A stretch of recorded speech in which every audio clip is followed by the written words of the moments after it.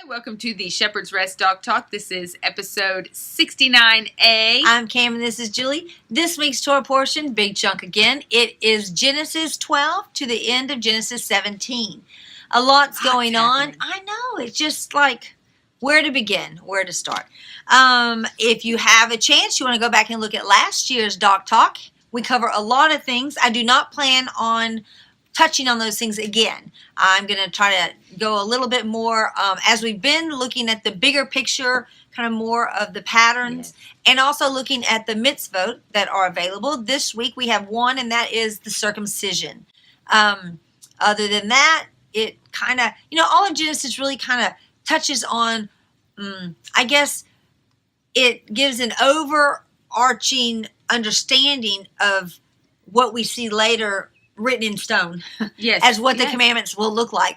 But we kind of see them in practice and maybe where they've come from and why the Lord's like, this will be a good use of it later, but not yet with you guys because I need you to walk this out. Yeah, isn't that neat? Because you start at the beginning, right?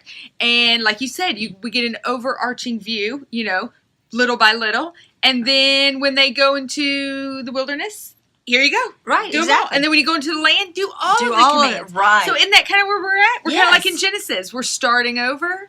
Yeah. We're starting to understand We're starting to understand what the mitzvot are. Yeah. And walk out the ones we can. But again, we won't be able to do them all until we're with Him in the kingdom. So that'll be an awesome day. One thing that I want to do is I want to go back just a little bit before chapter 12, just to look at a few patterns that I think are significant.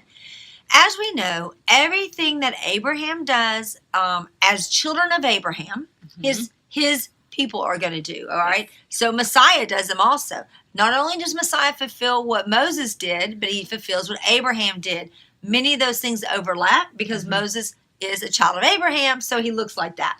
Israel also, we see this week where Abraham walking, and the Lord says, he promises all the land he's walked on. Well, it's the same thing he tells to Israel. Every place your foot has trodden, I will give to you. Right. So we see that. Now, remember for Yeshua, right? When Yeshua in Ephesians 1:22 and a little bit up, I think 19 to 22, it talks about basically because you've done this, everything is under you now. All authority, right?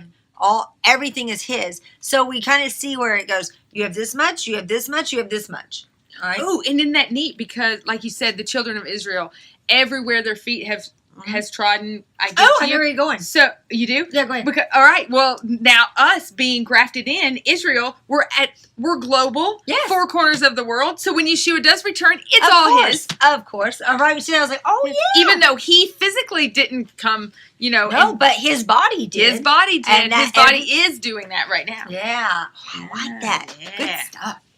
So let's jump and look at 11:26, where we see Terah. It says he lived 70 years, and then he brought forth Abram, Nahor, and Haran. Well, we see that same type of pattern with Moses in Noah. In Noah. Thank you.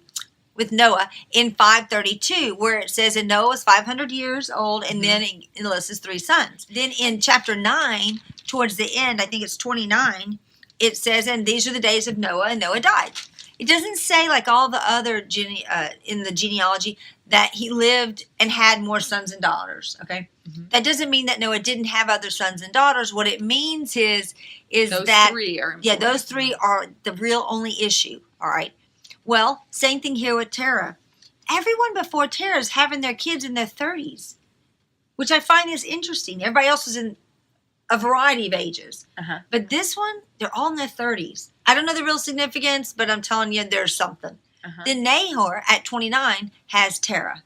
Then Terah at 70 years old. And he doesn't even mention him having other children at all. He could have, he may not have. I mean, we see that there's evidence to support both of those by the way the genealogies read. Okay. But again, we have these 3.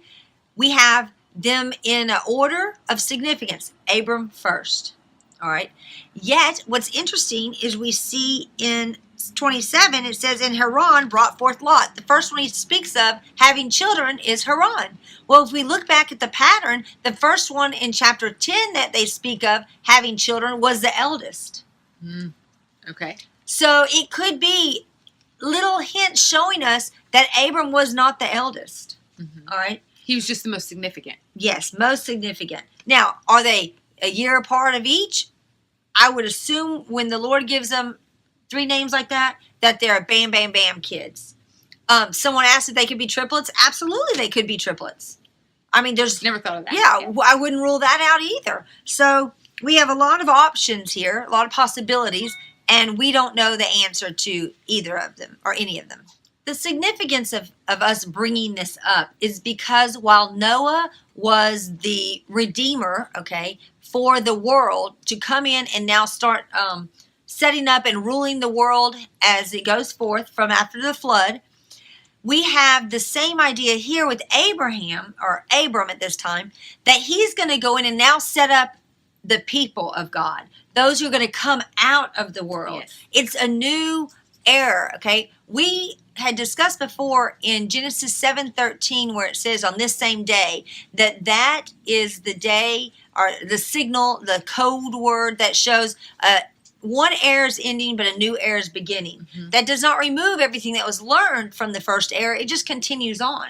Right. We see that again in this week in chapter 17. A new era is beginning and an old era is ending. So that would be from Noah until what happens with the sign of the covenant, which is the circumcision. All right. Mm-hmm. At that point, a new era begins. Yes, absolutely. So to see the patterns of how Noah and Abram are set up very similar, if that makes sense. And I guess in all actuality, it would be Noah and Tahar, and it would be Shem and Abram, who actually would be more of the significant counterparts, I guess you'd say. We also see before we move into 12, Sarah's name is mentioned. Now, just like Eve was the mother of all life, mm-hmm. Sarah is the mother of all believers. Yes. All believers. The Father. Spiritual Israel. Yes. Or, up above. Exactly. Jerusalem. Galatians 4 talks about, yes. She's the city, the New Jerusalem. Hebrews 11 speaks of that they're looking for the New Jerusalem, and it's mm-hmm. Sarah who's bringing them in, the mother of. Now, of course, we have to behave like Abraham, which right. is interesting because we see in chapter 15 that he's counted righteous for believing, right? Mm-hmm. Yet we know believing means hearing and obeying, doing both. Right. And so right after he's considered righteous for his hearing and believing, he's asked to do something, mm-hmm. to be a part of this covenant, and he does it. Well, we have Sarah is also involved in that. Together, they birth that promise with Isaac. Right. Now, they try to do it another way, and we'll talk about that, but it doesn't work, okay? It wasn't time yet. Mm-hmm. In chapter 16, we see where Sarah's like, oh, well, I haven't had a child yet. Though It was promised already in chapter 15, it had not happened. There are 2 promises that happened for Abraham. One is to have a child mm-hmm. of his own seed, and the other is that he was going to have the land. Those are the 2 main promises. Those are still the promises for Israel. Mm-hmm. I mean, it hasn't changed because that era that starts with Abraham goes all the way up to Messiah. And just because they're in the land, we know it hasn't happened because it's from Euphrates to the Nile. Correct. And I guess I should really correct myself. It actually goes from Abram to Deuteronomy, and then when they go into Israel, but that new era is still building on the past. You're not removing, you're building. You have the Noahic, then you have after Noah with Abraham, then you have going into land, or with Moses and going into the land, and then Messiah, or actually King David, and then Messiah. Uh-huh. Each one, if you take away the foundation, they can't stand. Their meaning is irrelevant to the world and life experiences if you remove everything that happened before them. We all know and heard Genesis 12:3, and I shall bless those who bless you and curse those who curse you, and in all the clans of the earth shall be blessed, which from you. And we know that while there are multiple blessings through, it's Messiah. That's the blessing that the whole world has received. Yet I love that we still have smaller blessings always happening with the medical technology, the personal discoveries. All the things that have come out of Israel and the Jewish people are phenomenal. Right. Even those who aren't walking with the Lord, who are just Jews by birth, still in them the Lord's like, yep, because you know why? Because the Lord's like, I'm going to keep my end of the deal. Yes. Here you go. It's a testimony to him, to Absolutely. who he is. It brings him glory. Right. Yeah. I kind of see this verse as the topic sentence for the rest of Abraham's life. Oh, okay. If you bless him, you're blessed. If you curse him, you're cursed, right? Right. This is what the Lord does for the next, well, actually, I would say verse 2 and verse 3, because verse 2 is he's going to be a great nation. And he's going to be, it's the first time the root word of great is used here, and it's showing as like to grow, to mature, to become magnificent. And it's like, okay, I've got Abraham. I'm going to use him as clay, mold him. And as I do, his seed that comes out will be more and more a reflection of him. And in the reflecting of him, we end up where we look like Messiah. Because again, Messiah is a son of Abraham. And he even says that if you were the sons of Abraham, you would look and do the same things that Abraham did. That's right. And so obviously, if he's doing those things, Messiah is, then you know that's what Abraham must have looked like, which means that he was Torah observant.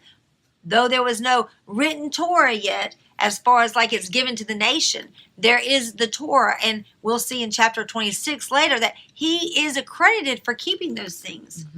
He is told that he's righteous, and he's credited for walking in that righteousness. We also see another one of the patterns is that here we have famine hitting. Again, boy, hitting with the belly in our food, right? In chapter 12, we have this famine, and they go down to Egypt. And there's where it's the tell you're my sister. Yeah. And it's interesting because I find it where the Lord provides an opportunity. How much do you trust me? Yet even in the, what we may say he didn't trust the Lord in that, the Lord still blesses him with goods. But again, he's got to go through these things because Israel, the nation, is going to go through these things. Israel's going to leave Egypt with goods, ample goods, to help sustain them in the wilderness.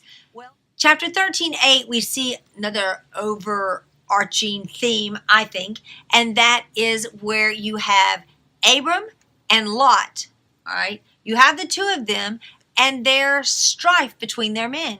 And I'm sorry, but all I can see is today the church with the Messianic believers, or let's say with Israel. You have Israel and the church. And we have that also in 16. I'm going to kind of run these two together. No strife. And that's the whole thing. Don't have strife. So 1 Timothy 6 talks about don't have strife. They're your brothers. You don't have strife with them. They're not talking about combating the world. Paul is talking about your brother, other believers. But maybe they've gone astray, or maybe they're whatever. Don't entertain that strife. Don't be upset with them. Just conversation's over type thing. Right. You know, don't hang out. If I may pray for you, which we know we're supposed to do. Well, that's what Abram does. He's like, hey, let's split. Let's just not have strife. And what does Abram do? He continues to pray for Lot. Yeah. And Lot's told, we're told in Peter about Lot is vexed because of where he chooses to go live. I mean, there's so many examples. He leaves, and he actually begins to take on some of the qualifications or the look of the world. And we see the idea of Cain, who goes to the city, right? We see the idea of Nimrod. Right, Nimrod. And it's interesting that he's still considered a righteous among them, but he's vexed. Yes. That's not the type of life we want to live. Let me tell you this, it definitely isn't going to be a life of prosperity. And I don't mean money. I mean peace within. Right. And the ability to do what you're supposed to be doing. Righteous is doing what you're supposed to be doing, like we talked about. And here, he's very limited on how he can do what he's called to do because of who he's surrounded himself with. Right. So Abram sees that, he's aware of that, and he prays for him. Now, let's put that over with the Sarah idea. In 16, we have where Sarah's like, well,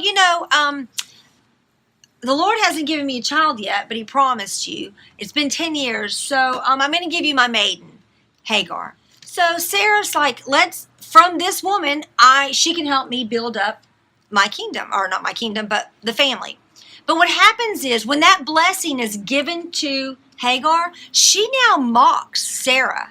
So the idea is she's like, I've got this. Who needs you? Can't you see that with Israel and the church? Yes. I've got this blessing. Who needs you, Israel? Theology. Yes. And that is what I see Hagar as. She was a replacement theology. She was like, I don't need you. Well, we see that in Galatians when it talks about the promise and the flesh. Well, isn't that the flesh? I want to be important. Make me important. Yes. And that's exactly what's happening there in the flesh that Paul's, well, there's a lot more involved, but that's one of the big things that Paul's talking about is understanding the difference between the flesh and the promise.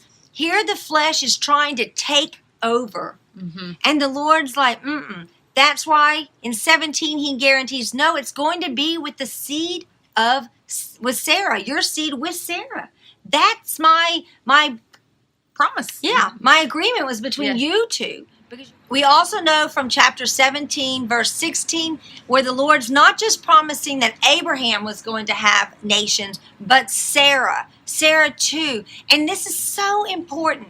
While there's the promise to Abram and Sarah that obviously Israel is going to come from them, there's also the promises that there's going to be nations, plural. And if you look in Revelation, there are multiple nations still present in the millennium as well as after.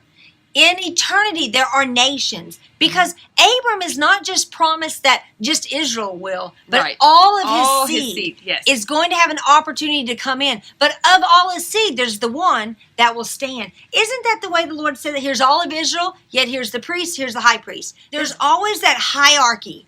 You know, we're crazy if we think there's no hierarchy. There is, and it's set up for a reason, because the more faithful you choose to be, the more faithful he gets to be.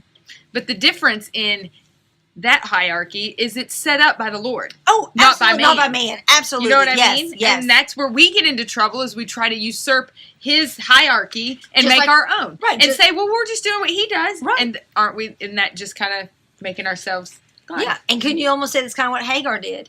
Yes. Well, I've got the blessing. Now I'm going to say what it's going to look like. Yes. I'm going to be the mama. And it's like, no. Because that child, Ishmael, was supposed to be Sarah's child. Right. And you notice Sarah kicks her out, and the Lord has no problem with that at all. The Lord says, now you go back and you be obedient. Isn't that what's happening with the church? You guys be obedient. Go back to Sarah and be obedient. Go back to Israel her and tent. Yes. Go back to her tent. We talked about that last week. Yes. Expanding the tents. And if you're going to be behave. in her, yes, you have to behave and you have to be obedient. Because she's the mother. Right. All right. Well, I could keep going. Like I said, I didn't want to duplicate anything from last year. I don't think I did. All right. And there's still more that we could definitely talk about. But we sure do thank you for joining us for this week with Doc Talk. And we will catch you on the flip side with Julie and the Prophets. Shalom.